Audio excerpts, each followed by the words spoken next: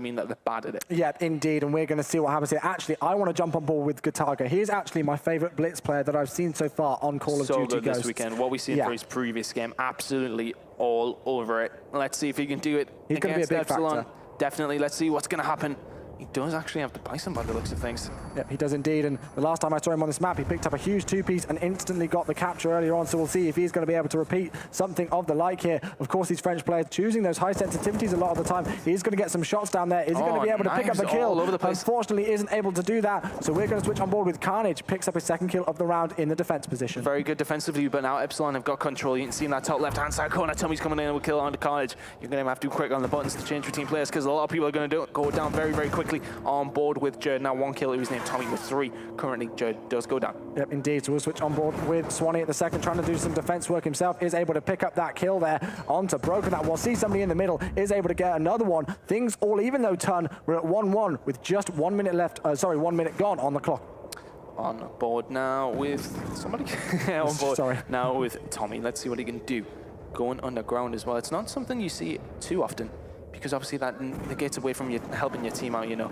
So gonna try and mix it up. Yeah, somebody's defending fantastically. I think it's Blue at the back here for Vitality. Not gonna help. Quite enough. Tommy runs around the back, really baited him out with opening the door there. Good work by Tommy. Yep, indeed he did. Making sure to distract that player and then push around the back and just do that gorgeous knee slide in. He's gonna find another player there, gets the kill. Is he gonna be able to pick up the second? No, he's not. Oh, just unfortunate. Not able to pick up that one. So we'll switch up with the guy who did kill him. Unfortunately, he goes down.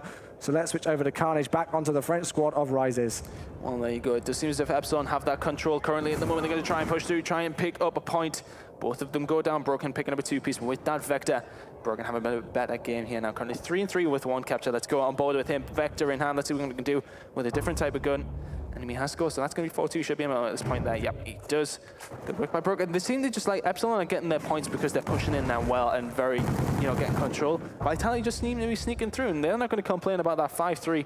Now to Epsilon, 2 minutes and 50 seconds remaining on the clock. Indeed, and we do see Broken there closing that front door to make sure that there's no avenue of shots coming in from there or any players going in. That was an important kill, as you do say, taking out Flux there. Score still in favor of Epsilon. He does go down. Two-piece though, that's very important. He's going to get a point on the board as well. 6-3, fantastic work by Swanee there. Just basically took on the whole Vitality team and got himself a point on the board. Let's go on board with Jerd though. He's top of the leaderboard. 7 streak for Jerd right now. 6-3, 2 kill death ratio with 3 captures to his name. Teammates just been able to push in there. He does pick up another kill. Let's see if he can stay alive. This is the tactic I was talking about. You know, you got somebody at the front there. Who's that from Epsilon who's really pushed up? It's going to be Tommy right now. He's going to be spearheading that. He's going to be getting the kills, trying to pick up as many as he can. Oh my God. Tommy picking up a two-piece there. That's going to cause a distraction to Vitality. He's going to be able to move in there, but the rest of his team have moved up so that he can retake his position, spearheading that attack.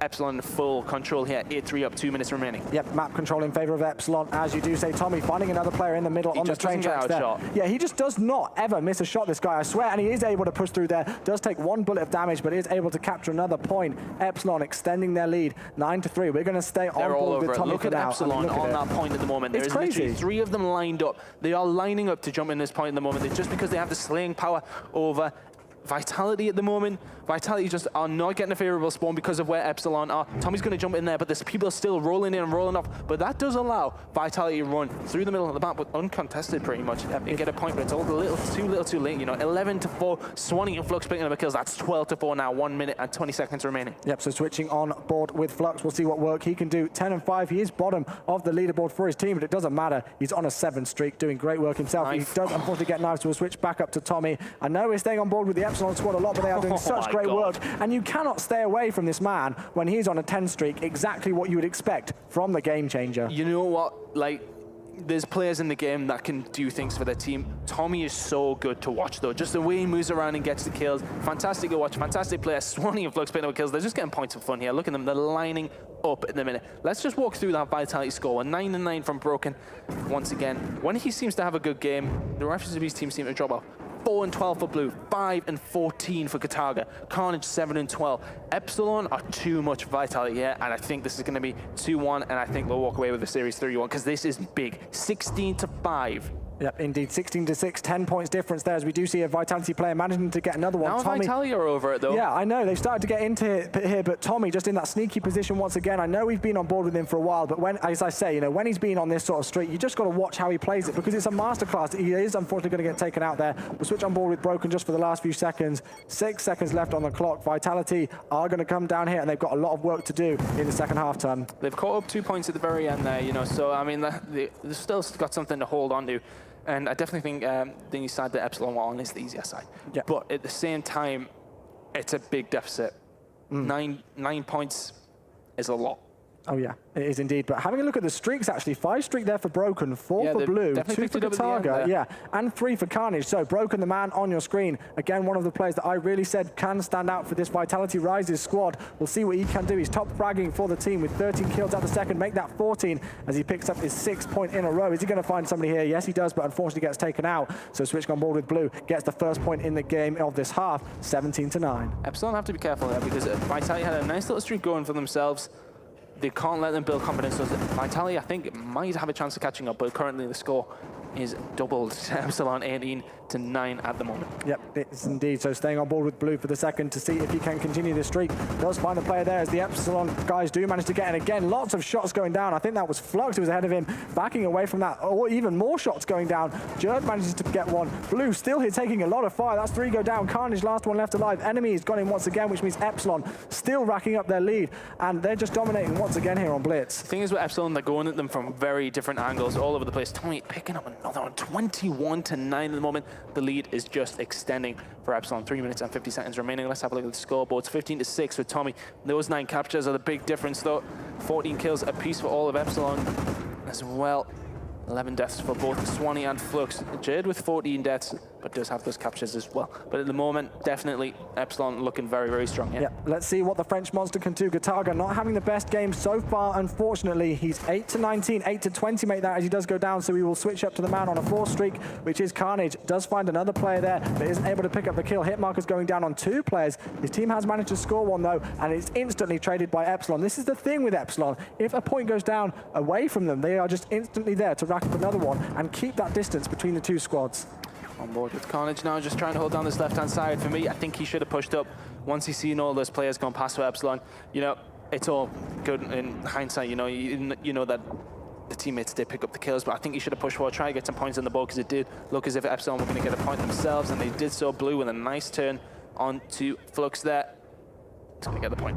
Yep, indeed he does so. Blue, of course, as soon as he manages to push through that Blitz portal area, he is going to respawn right back at the base, and he's going to be trying to push forward once again, successfully getting that kill onto Tommy, almost getting that kill onto Jerd, but he does go down. They're stacked up on the point here. You know, if Broken can hold this down and have some more support from his team, Epsilon are doing the right thing, though. They're running down the other side of the map, and they're just going to say, right, okay, yeah, you can get points, but we're going to be stacking up ourselves and getting points ourselves. The lead is still 10 points with 2.5 minutes remaining. Epsilon playing it well. Yep, indeed. So we'll stay on board with Broken for the second off the respawn for him. 4 captures to his name. Is he going to make it 5? Yes, he does. Advancing his position forward straight off the respawn for him. So great work coming in. 25-15 is your score. Still that 10-point lead coming in for Epsilon. Staying on board with Broken just for a while longer, just to see what work he can do. He's on a 4 streak at the second. Still with those 5 captures. 2 minutes left on the clock, Ton. I do just think that Epsilon are going to be able to take this game, I'm afraid. Yeah, Vitality have definitely stepped it up from the previous, but at the same time, Epsilon have just kept that lead, maintained it through this half, and you know, oh that was nasty. God, Jared with a naughty turn on. I think it was on Carnage there. That's going to dent his confidence no more. Oh wow, Jared, just the sort of player that can pull those things off. But you know, this is the thing that I love about Blitz. There's so many different situations that your team has to take into mind. It's really about good teamwork and sort of split-second decisions. You know, do I go back? Do I go forward? You know, it can really just determine a game. A couple of decisions. And Epsilon's decision in the first half was just going to go, right, okay, we're just going to go at them, we're going to stay in the base, and we're just going to sit on the point and get every single point we can. Currently have a 10-point lead with 1 minute remaining. Yep, indeed. So Blue manages to pick up a kill there towards the middle of the map. He is going to find a second player. Hit marker's going down, tries to get the wall bang, unfortunately doesn't work. So he's going to push forward, does find that player. Great kill coming in from Blue. He is going to score the point as well, making that a 9-point deficit with 1 minute left on the clock. It is too late indeed. So Epsilon, we have confirmation now they're going to be taking a 2-1 lead in the series. Ton, they are 1 map away from the final. Yeah, and well deserved. Very, very well played on this map so far. And you just think, can Vitality really do it on the next map? Let's have a look what the next map is actually going to be. It's going to be domination on Sovereign. I just think that, you know, it's going to be too much for Vitality. I don't think they're going to be able to take this next map. Epsilon far too strong at the moment. Although the lead has reduced, I think the game has been over for a little while now, so I don't necessarily know if Epsilon are really going full gear, but at the moment, Epsilon very comfortable. Yep, indeed, very comfortable indeed. Just racking down the last few seconds of the game. Flux, the man on your screen, 3 streak to his name at the second. 7 captures as he manages to extend the lead here for Epsilon. 21-18 is his score. Great work coming in. And Tommy, everybody says that he's a factor in this game. 11 captures then, make that 12, doing most of the slaying power as well. I thought that was actually one of their players. Yeah, so did I. But yeah, Tommy, very, very impressive there. 3,000 points to his name at the end of that game. Good work by him. And Epsilon, in the end, win by 10 points. Yeah, indeed. So that was actually a really high-scoring game there. You know, we see that sometimes on a map like Freight can really get aggressive. Lots of submachine gun power coming in. 31 captures in total for Epsilon. Only 21. All right, so that was a look at what Epsilon can do when it comes to Blitz. That was Freight and 31 captures. Average. Not too bad. Now, that's a totally different gameplay style that we see from most of the American squads. At the U.S. Championships, those a lot of low-scoring games. If teams were competing for just quick caps, it was around 16 or 17 to about 15.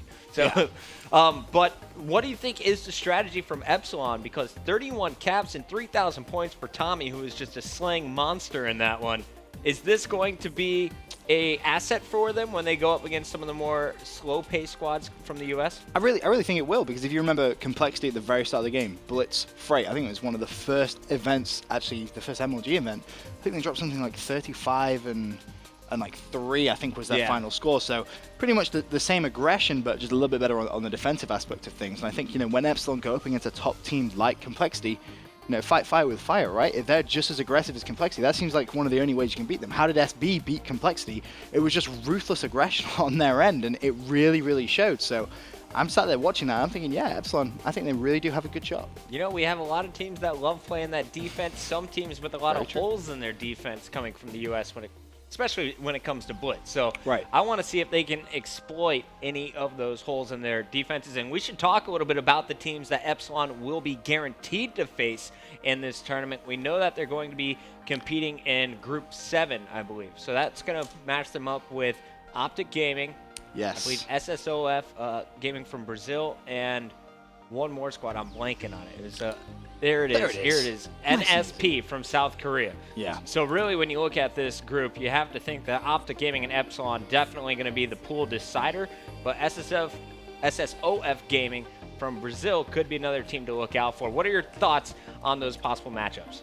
You know, you look at both Optic Gaming and Epsilon there, and you know, as much as I hate to say it, I'm completely writing out the other two teams. Those two are definitely going to be the two to qualify, but the big game, and this is going to be a big insight for Epsilon going into the rest of the tournament, because I'm pretty much 100% sure they're going to at least go through from the group stages, but how are they going to be able to play against the North American teams? They basically get a free test, if you will, where they can experiment. How are our strats going to play against some of the American teams? Because it's not that often European teams will get to play the American teams. It's really, you know, once every event, and I don't know. I'm thinking if they play it right, they can beat Optic. But I'm also thinking Optic, obviously they have Strictly Business coming over for the LAN event next week. They've got some great practice against the US champions. I'm expecting them to lock down their strategies. So many more league games for them to play. I think it's going to be very, very close. I want to hear what Josh's thoughts are on here. Josh, are you still with us? He is. Hey. Josh. Yeah. Hi. Optic Gaming, NSP, and SSOF Gaming from Brazil in their pool. How does Epsilon fare? I think Ben's got it smack on. Like, it's without no disrespect. Like, the other two teams are more or less. I think it's fair to say like it's going to be Epsilon Optic more or less guaranteed through. But that game is going to be so close. Like, thinking about it, I generally can't decide. Like, Optic have looked really strong recently. Obviously, they had a pretty bad performance yesterday. But like going from regionals and then like online performance before regionals and like even after, like they look so good. And then you've got obviously Epsilon, as we discussed earlier, such a good team. Got everything they possibly need. I think it's all about who's going to turn up on that day. Just like it's just no clear decider between them. It's going to be interesting, man. I actually have Epsilon beating Optic in this series. What happened last time you said something like that, though? Optic crushed 3 teams, and I looked really dumb. No, and really how I made that decision was well, a lot of it's just after watching Optic last night and seeing some inconsistency, but that's online. I do have to remember what happened in U.S. Champs, but when Envy started playing kind of aggressive, Optic looked a little bit uncomfortable. Epsilon's level of aggression that we just witnessed in that match against Vitality was on a whole nother level. I know that the Optic guys can slay with Epsilon and definitely stay in it. My question is, how many times will one of those Epsilon guys slip through on Blitz? Because that's going to be the swing game in the series, in my opinion. I'm really looking at Flux in that series. I think he's going to be one of those players that if he can really step up and play some of his best Call of Duty, I think they will be able to beat Optic. And I think they may actually do it a lot more comfortable than people may want to believe. But having said that, you look at the other side, you've got Embos. I think those two players are really going to be crucial in that lineup, because if Embos is playing some of his best objective-based work, he really is a top player in the world. Forget about North America, we're talking global here. So those two going toe-to-toe against each other is going to be a thrilling game, that's for sure. It's going to be great. We want to thank Josh for coming on the show. Josh, really appreciate your insight, my friend. I got to get your prediction before we let you go. Who's going to come out in the top 3 at the Call of Duty World Championship? I got to go Complexity to win it, Envy second, and then TCM third. TCM third. Oh, he just said it. Okay. He just said it. TCM ranked higher than Epsilon in Josh's book. Really? Wow, okay. Any reason why you're so confident with Envy? Of course, the runners-up from last year's World Championship. Well, I'll go to Complexity. Despite them losing regionals, I still think they're going to turn up and just win. Like, they have the past, 7 out of 8 events. Envy, I think their new squad looks really strong, and when you've got Rambo on your team, you can have everything unlocked when there's so much on stake. And they turned up last year, and I think they're going to turn up this year. TCM, I think this is what, they're so hungry. You're seeing how hungry they were to win that regionals, and that was for 15,000 euros. So when you've got $1 million on the line, I can't imagine what it's going to be like, and I just think they're going to turn up out of every EU team and most American teams. See, I'm curious, Josh, where do you have SB placing? See, despite them winning and some of the winning regionals and some of them players being so good, I think if they lose, their team will clash so much. I've seen it online watching the stream, and I just think if they get a loss early on, which I really think they're gonna do, depending on obviously who they play, they won't push too far. But I still think it's getting say 5th, 6th, which is still respectable. Yeah. Top 8 is in some serious prize money. Right. So that's where you're aiming. All right, well, Josh, appreciate all the insight once again. If you guys are joining the show late, we have gone over Epsilon as one of the top international squads coming over to the U.S. to compete at the Call of Duty World Championships. We'll show you that roster one more time. And I actually got some tweets from Tommy. He took offense to my comment that he's been swapping a lot of teams. Of course, I see him under a number of different team names, but he said, when it comes to an actual team and an actual organization, I'm very loyal and I want to be considered that way.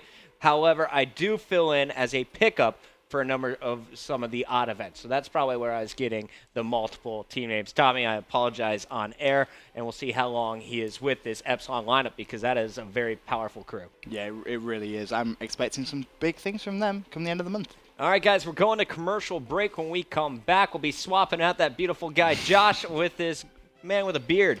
Yeah. Coach of Complexity, now a caster. Mr. X will be joining the show to talk about FaZe, and we'll see where he thinks FaZe will stack up amongst the world's best at the Call of Duty Championships. We'll be back after this.